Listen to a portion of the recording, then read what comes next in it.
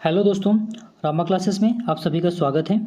दोस्तों, आज हम सब झारखंड सीजीएल पेपर 2 के लिए क्लास शुरू कर रहे हैं। पेपर 2 हिंदी के लिए यह वीडियो झारखंड सीजीएल और रेवेन्यू इंस्पेक्टर दोनों के लिए बहुत उपयोगी होगा, क्योंकि दोनों का सिलेबस बिल्कुल सेम है। आज हम सब हिंदी का इतिहास, हिंदी भाषा की उत्पत्ति कैसे हुई, पुरानी हिंदी और डिंगल ये है क्या, इसके बारे में जानेंगे। यह पूरा का पूरा इतिहास इस वीडियो से कंप्लीट हो जाएगा और इससे आपके एग्ज़ाम में बहुत सारे क्वेश्चन देखने को मिलेंगे। और बहुत से ऐसे विद्यार्थी हैं जो अभी चैनल को सब्सक्राइब नहीं किए हैं, तो चैनल को सब्सक्राइब कर लें, क्योंकि आने वाले विगत दिनों में हिंदी से रिलेटेड जितने सारे टॉपिक आपके एग्ज़ाम में होने वाले हैं, सारे वीडियो इस प्लेटफॉर्म में आपको मिल जाएंगे। इसीलिए चैनल को सब्सक्राइब करना बिल्कुल ना भूलें। चलिए समझ लेते हैं भाषा। भाषा क्या है, आप सभी लोग जान ही रहे होंगे। भाषा वह साधन है जिसके द्वारा हम अपने विचारों को व्यक्त कर सकते हैं। आपको पता ही होगा कि भाषा अगर ना हो तो हम अपने विचार को एक दूसरे के साथ आदान प्रदान नहीं कर सकते हैं। तो भाषा एक बहुत इम्पोर्टेंट रोल रखता है, क्योंकि यह हमारे विचारों को आपस में बांटने का काम करता है। इसके लिए हम वाचिक ध्वनियों का प्रयोग करते हैं। वाचिक ध्वनियाँ क्या होती हैं? हमारे जो वागिंद्रियाँ हैं, वागिंद्रियाँ की सहायता से हम अपने संकेतों का उच्चारण करते हैं। हम जो सोचते हैं वह बोलते हैं, क्योंकि अगर वो भाषा मुझे नहीं आती हो तो हम उस भाषा पे वार्तालाप नहीं कर सकते हैं। जैसे आप चले जाएं, अगर आपको बंगाली ना आती हो तो आप वेस्ट बंगाल में जाके बंगाली में बात नहीं कर सकते हैं, अपनी बात को दूसरे के सामने रख नहीं पाएंगे। तो भाषा एक बहुत इंपॉर्टेंट रोल रखता है। हिंदी की उत्पत्ति और इसके क्रमित विकास कैसे हुआ, इसके बारे में थोड़ा जानकारी ले लेते हैं। तो हिंदी की सबसे जो प्राचीनतम भाषा है कौन सी है, वो संस्कृत भाषा है। इसके बाद पाली, प्राकृत और ब्रज, उसके बाद हिंदी आ गई। इसका काल क्या है, कालक्रम थोड़ा जान लेते हैं। संस्कृत का कालक्रम 1500 ईसा पूर्व से लेकर के 500 ईसा पूर्व तक, ठीक है। इसको वैदिक और लौकिक काल भी कहते हैं, ठीक है। उसके बाद पाली का 500 ईसा पूर्व से लेकर 1 ईस्वी तक पाली बोली जाती थी, और ये इसी में बोला जाता है कि बुद्ध का जो उपदेश था वो पाली भाषा में ही था, ठीक है। उसके बाद आते हैं प्राकृत भाषा। प्राकृत भाषा 1 ईस्वी से लेकर के 500 ईस्वी तक थी, ठीक है। इसको जन समान की भाषा बोला जाता है प्राकृत भाषा, क्योंकि बहुत सारे आपको लेखक देखने को मिलेंगे जो प्राकृत भाषा का उपयोग करते थे और अपनी प्राकृत भाषा से बहुत सारी कविता और लेख लिखते थे। उसके बाद आए अपभ्रंश भाषा।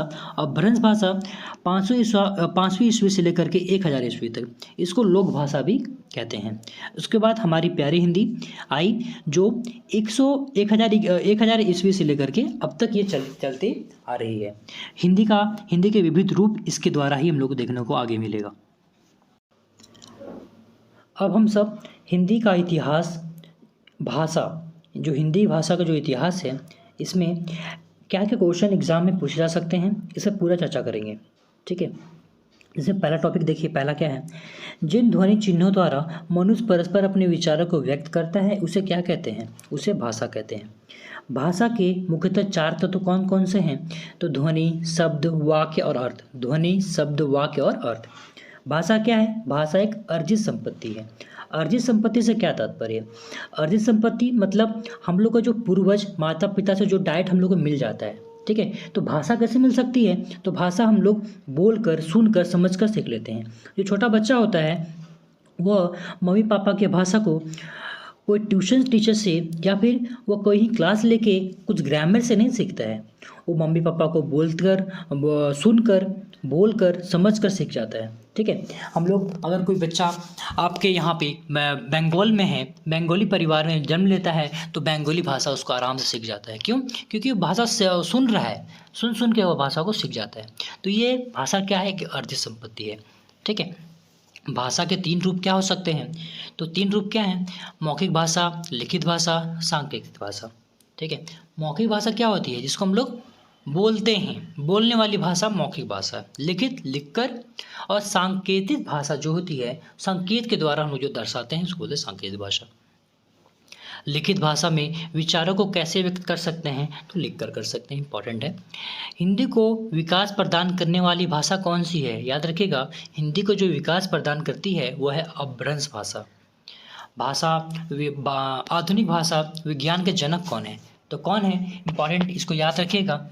आधुनिक भाषा विज्ञान के जनक कौन है? सॉस्यूर हैं। कौन है? सॉस्यूर। भारतवर्ष के लिए हिंदी भाषा का नाम सबसे पहले किसने सुझाया? Important question. हिंदी भाषा के नाम कौन सुझाया? तो राजा राम मोहन राय। इंपॉर्टेंट है। नेक्स्ट आगे बढ़ते हैं। भाषा संबंधी भूल को क्या कहते हैं? तो त्रुटि कहेंगे। जो भाषा संबंधी भूल हो उसे त्रुटि कहेंगे। कौन सी हिंदी की भाषा नहीं है? इंपॉर्टेंट क्वेश्चन है। नहीं है बोला है तो मराठी नहीं है। ठीक है। मुस्लिम शासकों के समय भारत में न्यायालय की भाषा कौन सी थी? मुस्लिम शासक के समय याद रखिएगा कौन सी? अरबी और फारसी। विश्व में बोले जाने वाली विभिन्न भाषाओं में हिंदी भाषा का कौन सा स्थान है? तो चौथा स्थान। कहाँ पे? वर्ल्ड में 4th पोजीशन में अभी हिंदी आ गया है। अपभ्रंश की उत्तरकालीन अवस्था का नाम क्या है? अवहट। याद रखिएगा।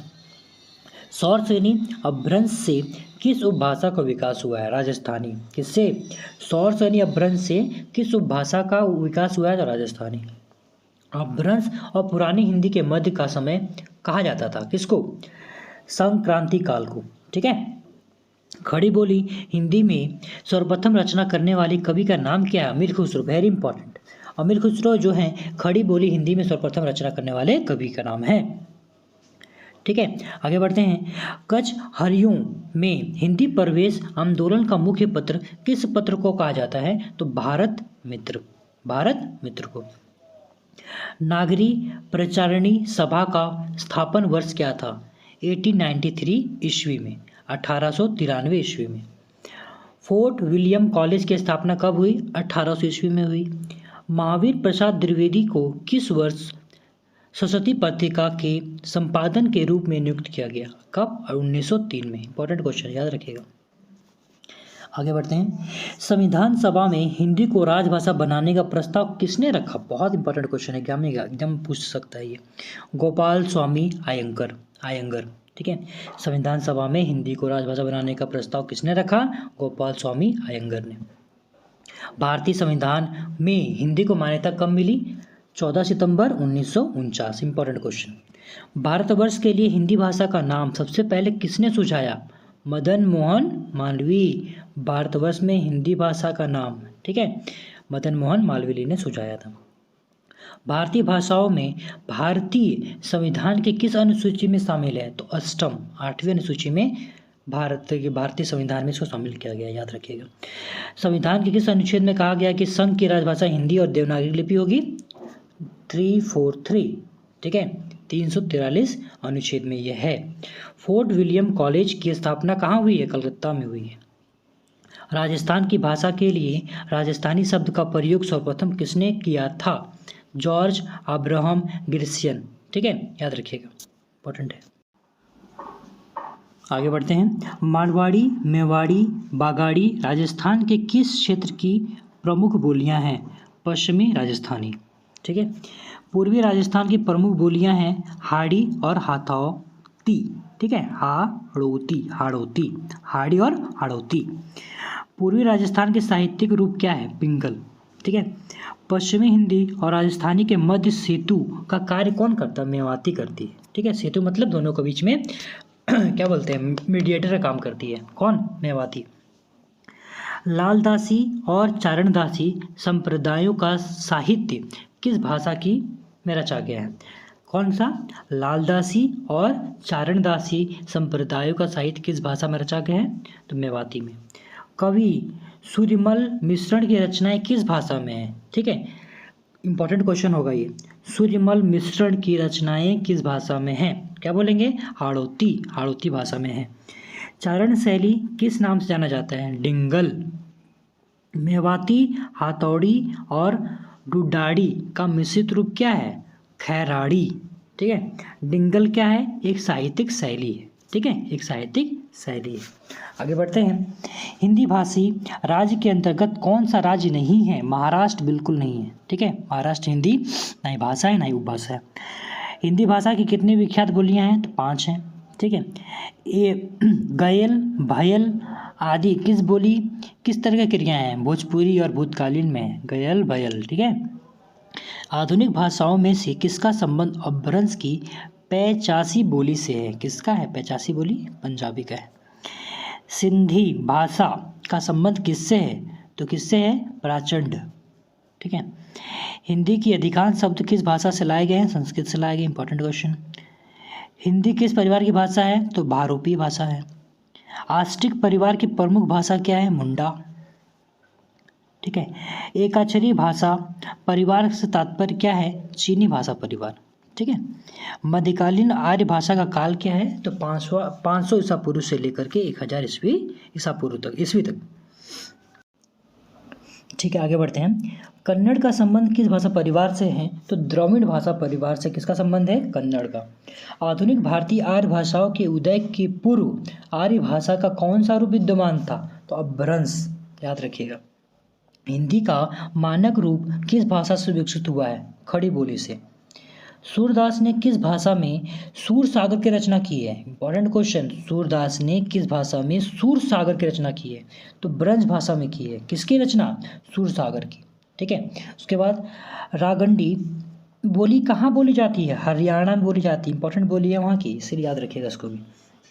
भोजपुरी बोली की उत्पत्ति हुई है कहाँ से? मागधी अपभ्रंश से हुई है। भोजपुरी बोली की उत्पत्ति कहाँ से हुई है? मागधी अपभ्रंश से हुई है। हिंदी भाषा की उत्पत्ति हुई कहाँ से? सौर सैनी अपभ्रंश से हुई। हिंदी भाषा इंपॉर्टेंट है, इसलिए याद रखिएगा। हिंदी भाषा की उत्पत्ति कहाँ से हुई है? सौर सैनी अपभ्रंश से हुई है। हिंदी भाषा की मूल उत्पत्ति किससे मानी जाती है? सौर सैनी और अपभ्रंश दोनों से, है ना। इसकी उत्पत्ति, मूल भाषा की उत्पत्ति। खड़ी बोली हिंदी का विकास किस भाषा से हुआ? तो अपभ्रंश से हुआ, इसलिए अपभ्रंश बहुत इंपॉर्टेंट है।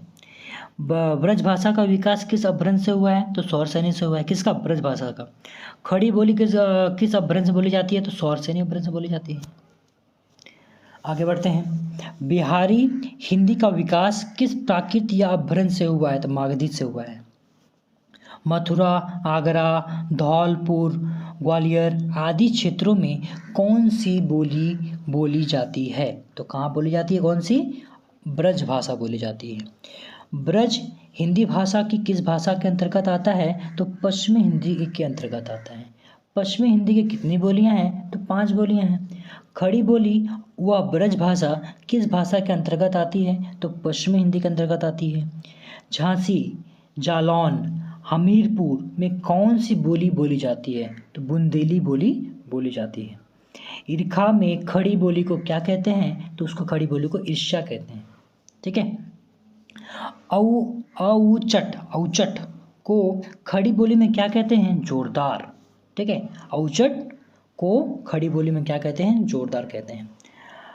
खालिक बारी किसकी रचना है? अमीर खुसरो। ठीक है, याद रखिएगा। खालिक बारी किसकी रचना है? अमीर खुसरो की है। अपभ्रंश में पुरानी हिंदी किसने कहा है? अपभ्रंश को पुरानी हिंदी किसने कहा है? तो चंद्रधार शर्मा गुलरी। चंद्रधार शर्मा गुलरी ने क्या कहा है? अपभ्रंश को पुरानी हिंदी कहा है। ठीक है दोस्तों, आज यहीं तक। अगर आपको ये वीडियो पसंद आई हो तो प्लीज़ लाइक, कमेंट और सब्सक्राइब करना बिल्कुल ना भूलें। ठीक है। आगे आप लोग को हिंदी भाषा के विविध रूप, हिंदी भाषा के शब्द भंडार, भाषा विज्ञान, इसके बारे में बहुत सारे टॉपिक का वीडियो मैं लेकर आऊँगा। और ये टॉपिक को आप बार बार रिवाइज करके देखते रहिएगा, क्योंकि इतना जो टॉपिक जो आपको बताया, इसमें से क्वेश्चन बिल्कुल का बिल्कुल आपको हूबहू एग्जाम में मिल जाएंगे। ठीक है दोस्तों, ठीक है, धन्यवाद।